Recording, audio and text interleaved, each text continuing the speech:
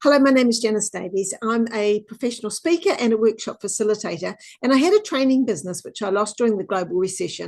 And rather than pick up with the business again, I followed three ideas and I've created the world's first interactive sing-along movie. It's got phone apps and sing-along. It's a cutting-edge process. And although I haven't got a producer for it yet and it's not in the market yet, I'm moving forward with my presentations, and these workshops have sat on my computer, and I thought rather than just delete them, I would share them and somebody might be able to learn something from them.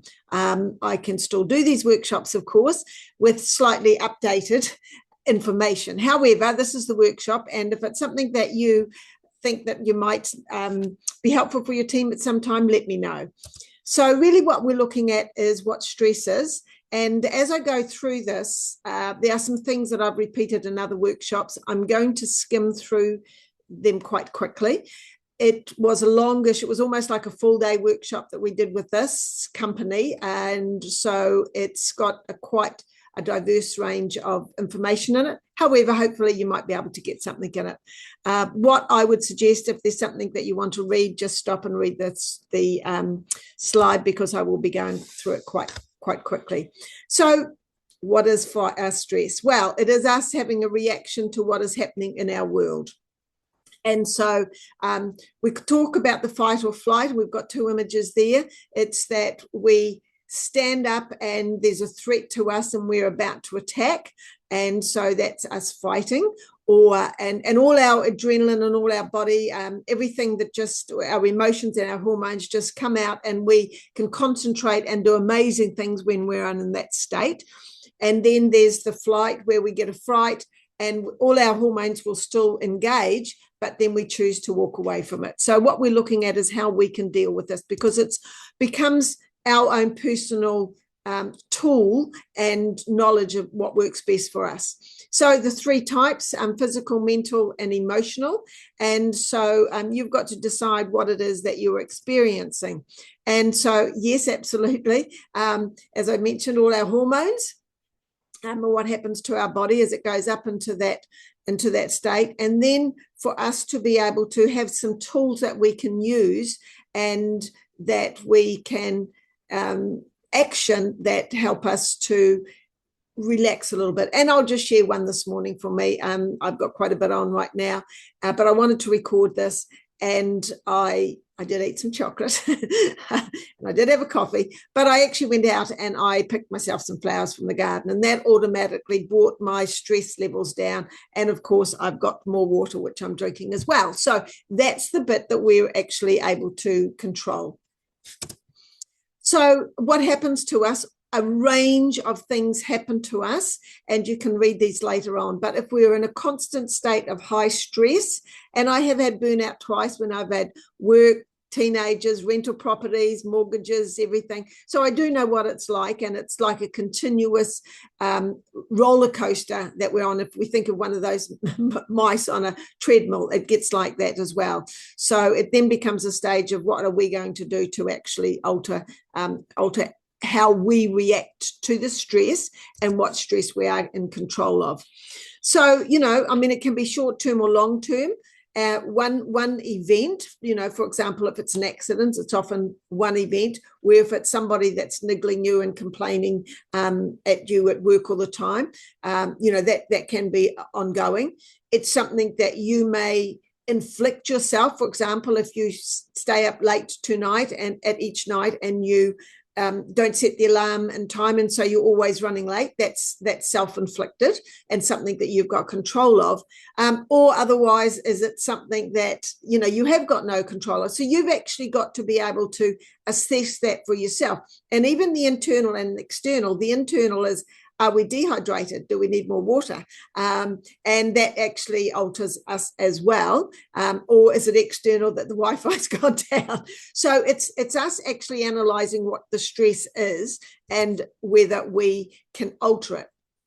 So we look at how we are conditioned, and I've already written down there the computer's crashed. So our conditioning, it's how we were brought up with to deal with stress. And this comes from our families as well, and from work and from society.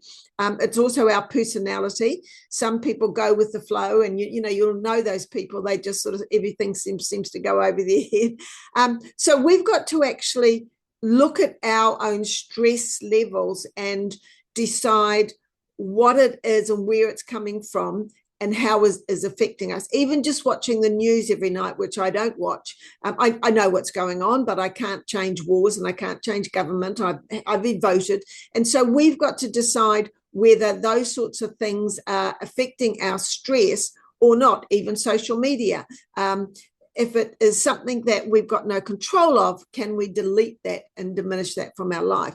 If it's our hours of work, which we have got no control of, can we make sure that we go to bed earlier so that we're going to be rested and be able to work better at day? So it's you actually assessing how you relate to the stress that is in your life, and what are the things that you've got control of. Okay, so we've got lots of statistics, and that's an old statistics. As I say, this is an old workshop, but stress has not decreased. Stress has actually increased. And so when we look at what's happening in the world, we've got more and more technology, and is it making our lives any easier? In some aspects, yes. In some aspects, no. And so we've got to actually decide what we've got control of. Do we want to spend all our time on a phone app and on the phone, or are we going to go and do something different? Because if it's stressing us out, we need to analyze what's going on for us. Okay, so a whole roll of things here that you've got to decide. And when we've done this in a workshop, I've had a whiteboard, and I know in one of them we did a little exercise, and people could write down which were the ones that were causing them the most, and we did a little survey, and so that we talked about it. So have a look at these sorts of things and decide, put a tick next to the ones that might be affecting you. So what makes us stress? And it is, we've got to look at it. And I mean, I call myself from the attitude specialist to the success attitude specialist, because I'm always looking for solutions. Even just today, it was going and picking a flower from the garden and getting some more water. So we've got to decide what we can do. And is it, if it's in the work situation, if it's taking on other people's work when it's not actually our role, do we need to be able to upskill ourselves to be able to stand in our boundaries? Because I've talked about that in other workshops as well. Our mind continuously. And even last night, I know that when I finished work, took me quite a while to sort of stop the thinking. It was on a treadmill. And your mind is the same. And it's like, what can you do to stop it? And I'm going to give you some strategies later on. So there's us, and there's everybody else, and there's what is causing the stress. And I've got a whole workshop on the difficult people, but if it's other people, these are some of the people that we may encounter. And if they are causing us problems, is it because we are looking after them and not looking after ourselves? Are they deliberately bullies? Are they, so you've got to actually look at it, because the stress that you're having in one section of your life may be passing over into all areas of your life, which really other areas may not be so stressful. So let's look at, we've gone from people to our work environment.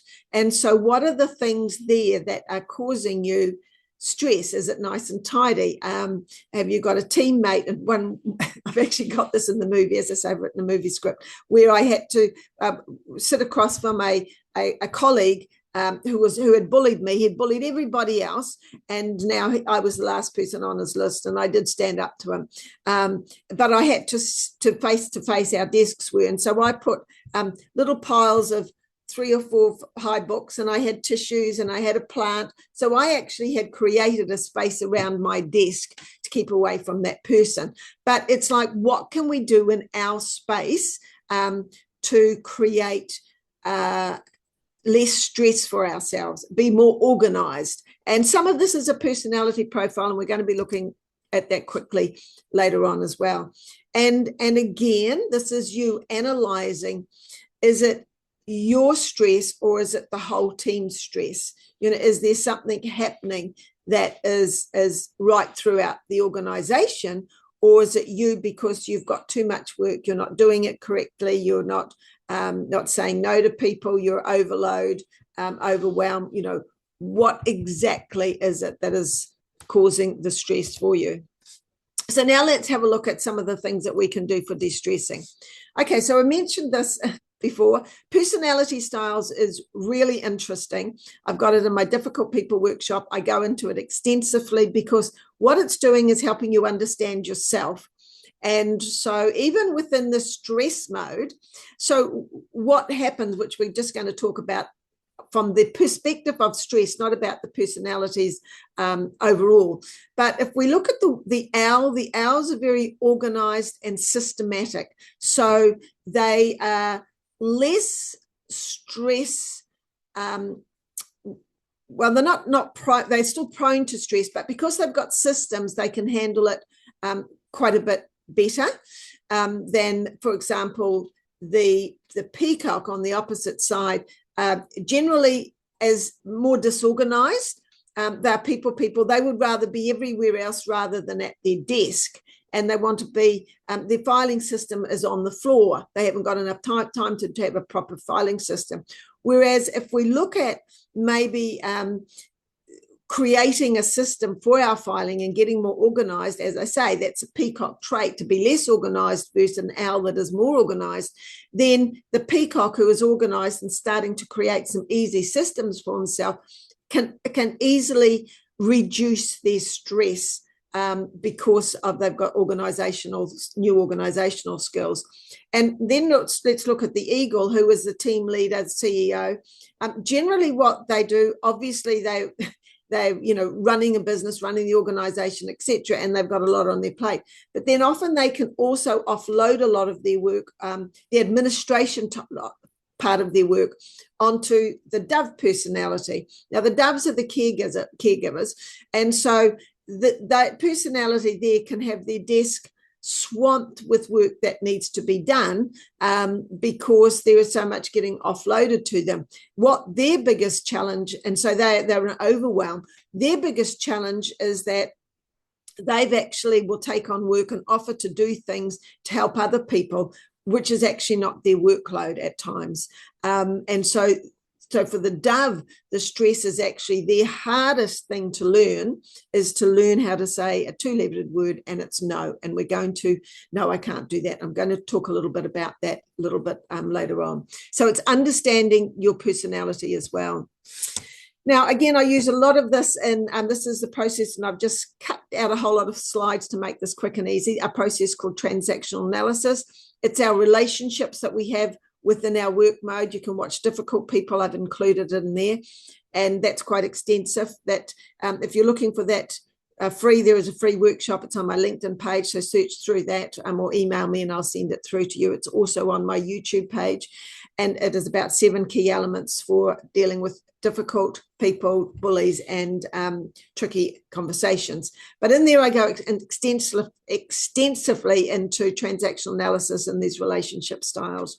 So we've got to work out what type of relationship we are in, and this is really important, but I'm just wanting to focus on stress. But if you're in a lose-lose relationship, your communication skills, your confidence is at a much lower level than if you are in a win-win type of relationship where you've learned how to communicate and set boundaries for yourself. And this is really important because, but again, I'm just working on this time limit here for you. It helps you understand who you are and what type of relationship you are and what skills you need to update for yourself, because it's up to you to update your skills and your confidence and your communication skills and your organization skills so that you are less stressed. Nobody else is going to do it for you, but you've just got to implement that for yourself. So as we do that, we've got to go through the change process. And of course, what's in it for you? And you've got to decide what is in the process of you upskilling yourself and upgrading yourself so you are less stressed. And ultimately behind all of this, because stress is continuously affecting our body is your health. Your physical health. Yes, it's mental health, but it offloads into our physical health as well. And as you change things bit by bit, so your stress level can be monitored more easily by you. So I love these. I love doing quizzes, and I've actually got them all in my movie. So one of the things that you can do with this, you can just take a photo of it if you like. I always do a quiz so you can see where you are in your own life. And the way that we do this is you put your pen in the opposite hand, and I ask you, where are you with where would you rate yourself, 1 to 10? Where would you rate your health, 1 to 10? And so you're doing it with your opposite hand. And so the idea of that is that your brain is working how to draw with the opposite hand. So you can just put a tick or a cross or a circle anywhere there. And then we go and ask the same question as, where would you like your self-esteem, your self-confidence, being yourself, your health, relationships, where would you like it to be? And the reason this is good, because often people will say, well, we're going to look at the health one here for just an example. This is a good one. So when you're stressed out, your health can be way down at the 3 or 4, and even lower. I've had burnout twice, so this was something I had to learn. But really, you want your health to be up at the 7, 8s, and 9s, and that difference in numbers gives you an indication of the journey that you've got to go on. So that's why this is an effective and good exercise to do, and in a workshop obviously we do it much more extensively than what I'm doing it here with you, but it helps you gauge where you are and where you want to be, so that you see the reason and understand the reason why you want to change. Now, in every workshop, wherever I can, I include information about self-esteem. I was bullied at high school. I married a bully. I took when I had 2 young children, I was at parenting training, and I took a self-esteem quiz. And I've been living my life kind of showing the world I had a smiley face, but inside I was very sad. I loved having my children, but there was something wrong, which I didn't know. When I did the parenting course, I discovered my self-esteem was minus out of 20. And when I checked and learned about it, it was because of the high school bullying. So and I still work on it daily, I then included boosting my confidence and learning as much as I could about self-esteem, self-confidence, so that I could change myself and become a better mother. So in every workshop, and I always do this quiz as well, if you had to gauge yourself, where would you put your self-esteem? Because if you don't understand yourself, and if you are blaming everybody else, you've got a journey to go on. So if you can tick half a dozen of these here, then that gives you an indication that your self-esteem is okay, and you can still work on it, because the way that we live our life when we've got high self-esteem is quite different from when we have low self-esteem. And these are some of the traits here. I go into this more in the Difficult People workshop. And again, email me. It's on LinkedIn. It's also on my YouTube channel as well, under playlists. And on the opposite scale of this, and this is where I was, which I didn't know, because unless we take a quiz, or Oprah tells us, we don't know where our self-esteem is. And so some of these things I absolutely had. Certainly the one could not set healthy boundaries. I'd become a yes person, a peacemaker.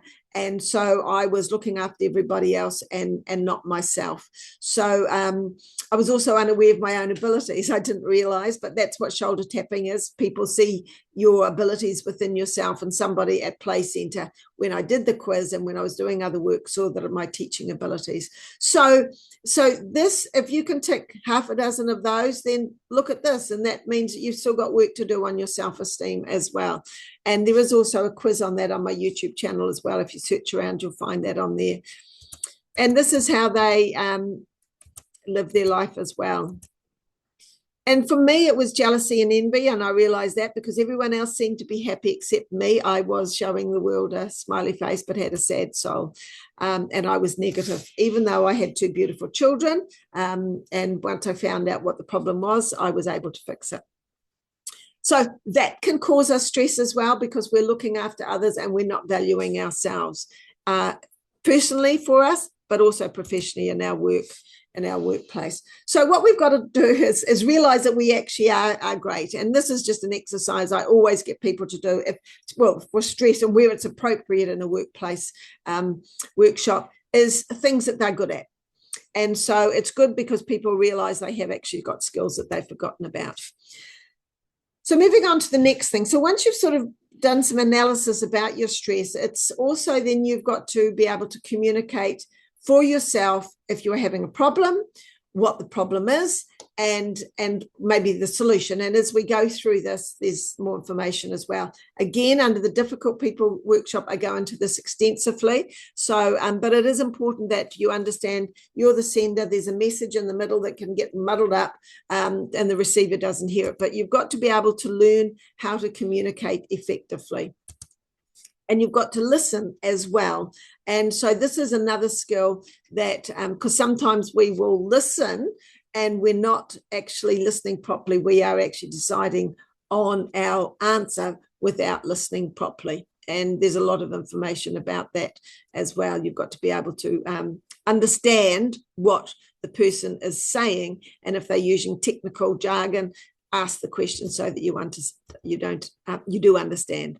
So you've got to, so part of the thing is, as you're de-stressing, is you claiming who you are yourself, and you actually standing in your own personal power. Everybody has got personal power, but what happens is that some people try and push their personal power onto you. What you've got to learn to do is that's their personal power, and you've got to learn to stand up in your own personal power. Everyone has that. Everyone has free will. Everyone has opportunities. And if you stand in your own space, then you've got an opportunity to be the best version of yourself, versus if somebody is always stepping over top of you.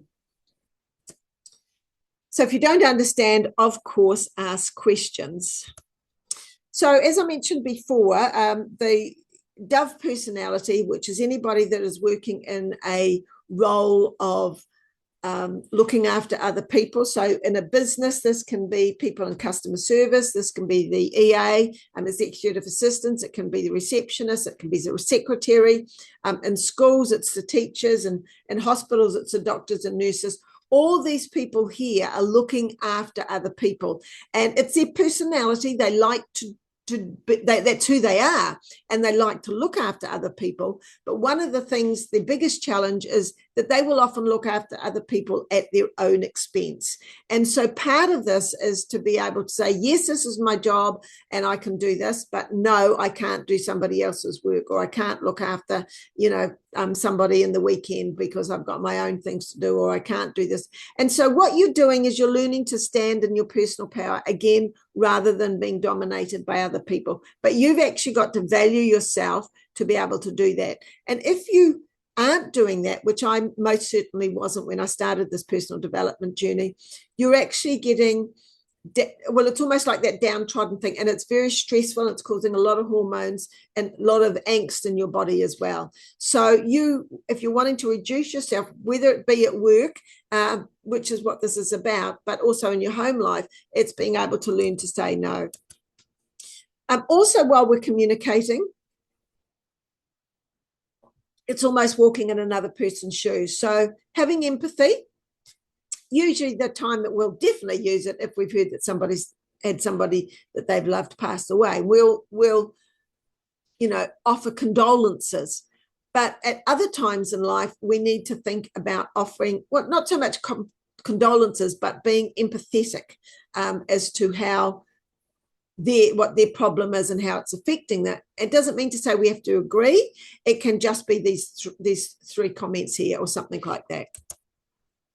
So when you are wanting to step up and reduce your stress level, this is something that you can control up, and you can see you are a passive communicator where somebody is sort of dominating you. It's like suddenly that you've decided and you've understood, and it's okay if you understand now, it's actually time for you to change. And as you change, your body changes, your hormones change, your stress levels reduce. Doesn't happen overnight, but you are actually starting to stand up for yourself. So a passive communicator, always quiet, An aggressive communicator walks out of the office and slams the door. I've certainly had that as well. I've actually got that and written that into my movie. And so when it was dealing with the bully. So these people have no regard for other people. Generally, unfortunately, they don't know any other way to communicate either. It's how they've been brought up and what they believe, and they actually, are okay if they dominate and push other people around. But you've got to decide you don't want it to happen and stand up for yourself. So this assertive communication is where we've got both people here using I statements, both being able to communicate. I understand that, and how you feel, etc., and negotiate. Now, just a couple of things there. That honest and direct is a personality trait for and I talked about this earlier, for the owl and the eagle. They are very honest and direct with the way that they communicate. And so this actually affects the dove and the peacock personality as well. So understanding that helps you become less concerned about it. And when you understand that that's a personality trait, you are able to relate back to it much easier and be less stressed. The considers others and the spontaneous is the personality trait of a dove and a peacock.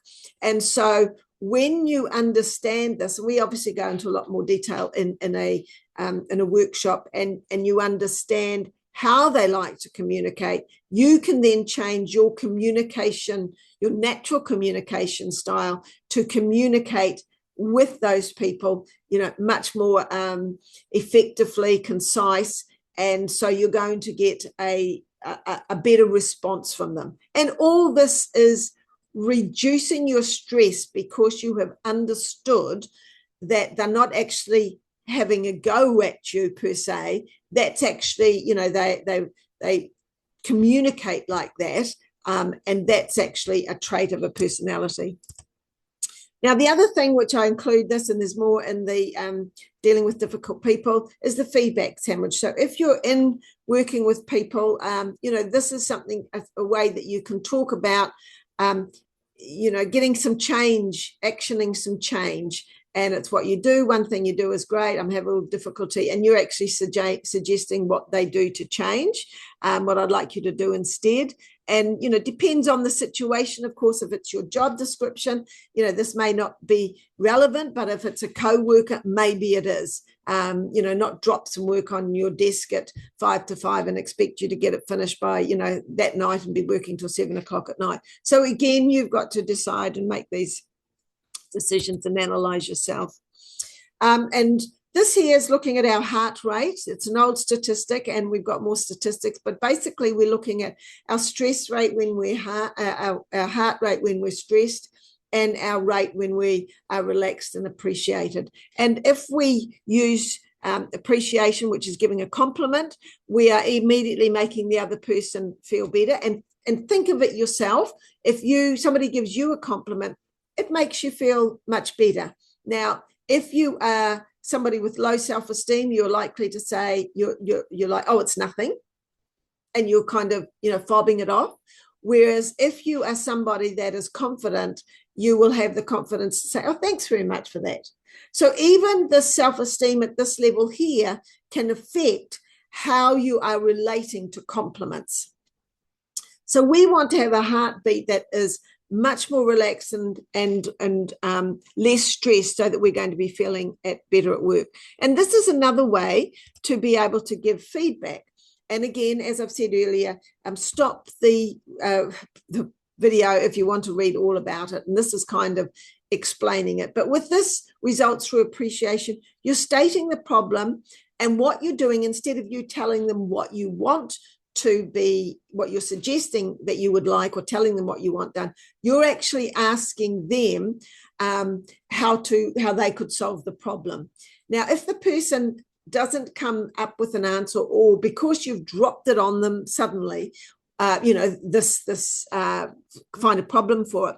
What you could say is, and it depends where you are, I'll have a think about it. We'll talk about it tomorrow. And you come up to me tomorrow, we'll have another chat and decide what it is that you could do. So this is another way to be able to get some change happening. And, it's again, all these little steps are little ways that you can reduce the stress, because you've got to come up with something that is going to solve the stress.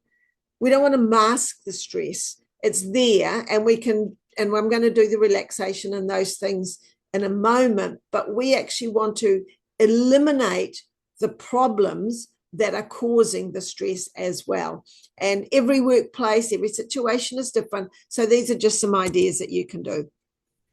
And of course, it all comes down to whether you actually are going to make the effort. You can complain and moan about it, or are you actually going to implement something that is going to make a difference? And what I always say is, and in a workshop we do a lot more work on this, and we've got a whiteboard and we've got things on the board. It's like, well, what is the most important thing for you now? What is the thing that's going to be free? What's going to be the quickest for you to do, so that you can take some action? So when we look at the stress, we've already talked about this. So it's just coming back to its physical, not sleeping at night, and definitely when I've had workplace bullying, affecting me huge amount, because I've got a lot of knowledge. I was able, and this was a job I had during COVID. I'm adding on to this workshop now. So the job was just an easy job that got me through COVID, but the stress that was being caused by the boss, who was a bully, definitely affected me emotionally, and because I understood what was happening, and it was affecting me physically, and it had other people there as well, not sleeping at night. So in the end, yes, I left, but I took them to court first. So let's have a look. So physically, what are some of the things here that the way that it is affecting us? And certainly for me, the most important one, I think, for me when I had burnout was also the sleep, the break in sleep patterns. And so, if we're not getting that is affecting us right throughout the day, and it's just accumulating, and our health is going down. So you have a look at this, and meanwhile I'll drink more water. Okay, so deep breathing, and again, it's like you're focusing in and out, and what you're doing is you're slowing down your breath. Even if something's stressful, it's like, you hear this, but breathe in for 3, breathe out for 5. So that sort of thing can bring it down.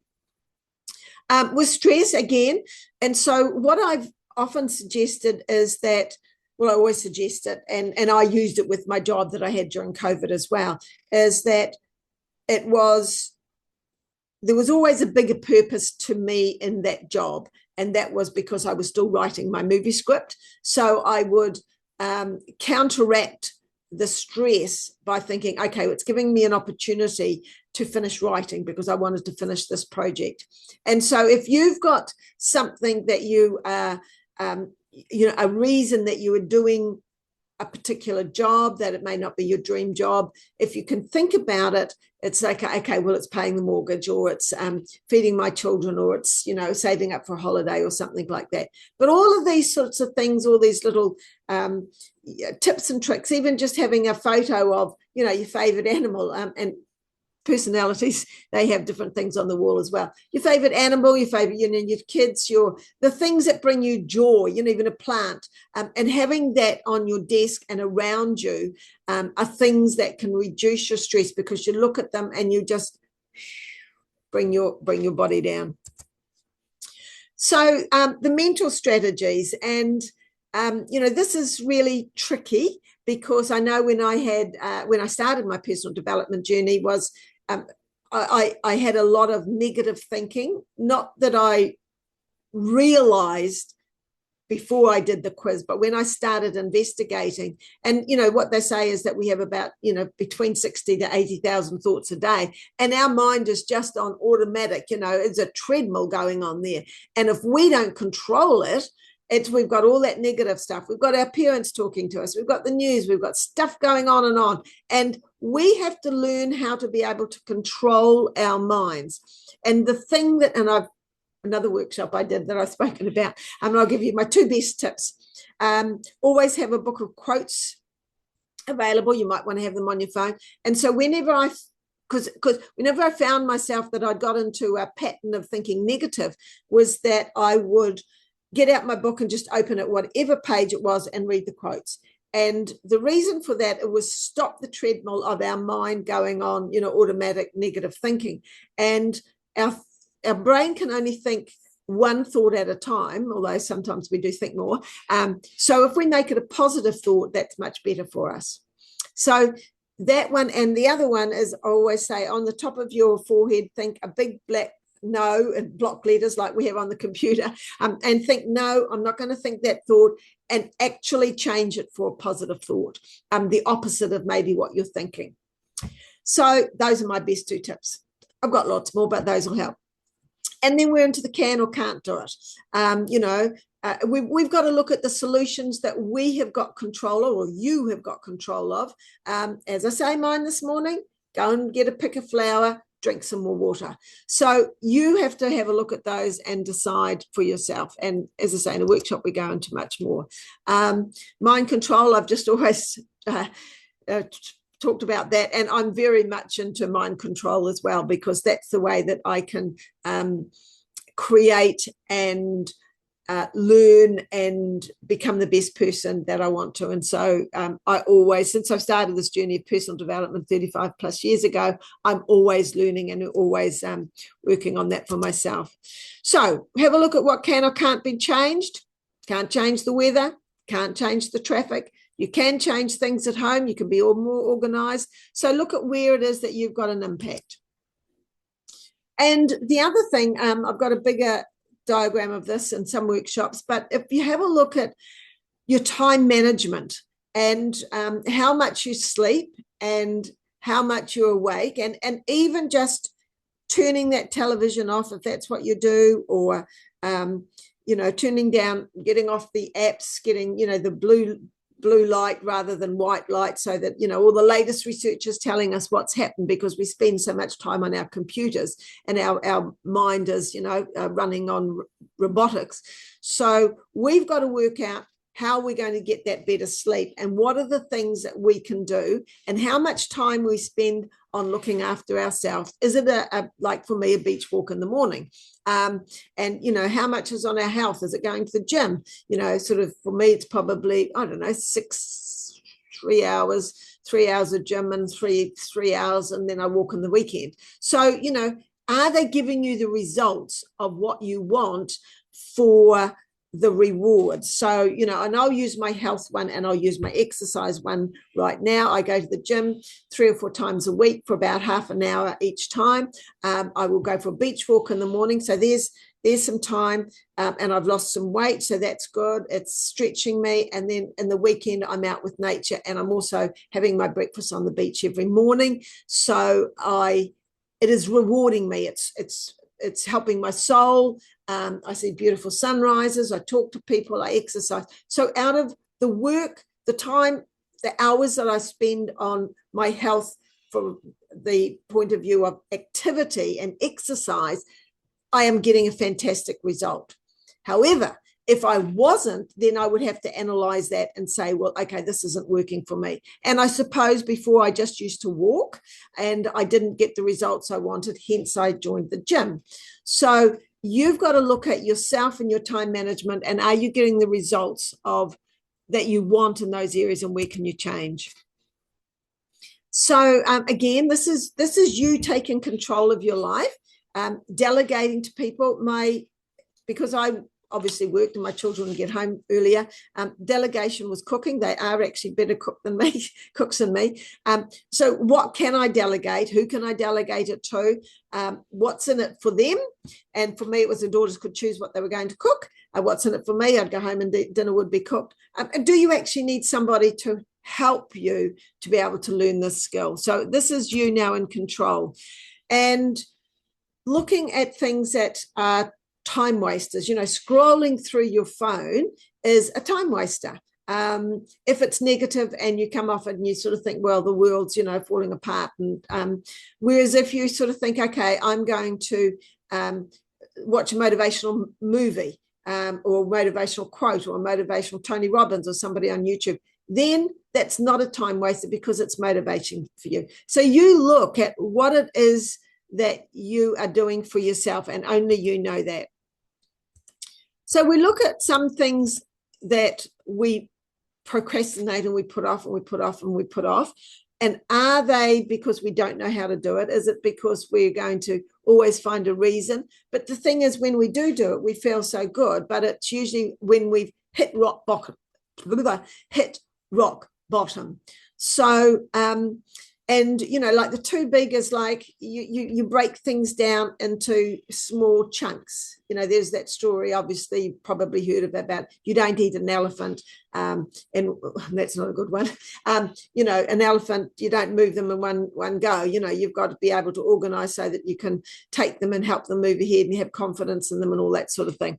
So you look at yourself, and one of the reasons I didn't pick up on my business again after I did lose it was because of these 3 ideas I had were so fantastic and so way out there with regard to writing an interactive movie. It is a movie and a TV series, and nobody else is doing it yet. So, I am a trailblazer on it.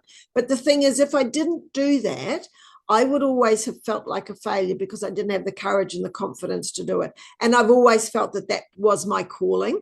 And now that I've finished it, I don't feel like a failure. I feel like I'm a success, but you've got to look at that yourself. It's finished being written. It's not out there in the market, but I'm a winner because I've finished writing it. So look at these things yourself. And if it's even in a relationship or in a job or something, it's like, well, okay, you're putting something off because you're not ready. Now, as you decide that your stress levels are so high, something's not working, it's time for you to be ready. And it's time for you to think about what your next action is. And so you've got to go and start making some change for yourself, short-term, long-term goals, because that's the only way that it's going to change. So let's move on to our emotional, our feeling good. It felt good for me to go and pick a flower out of the garden this morning.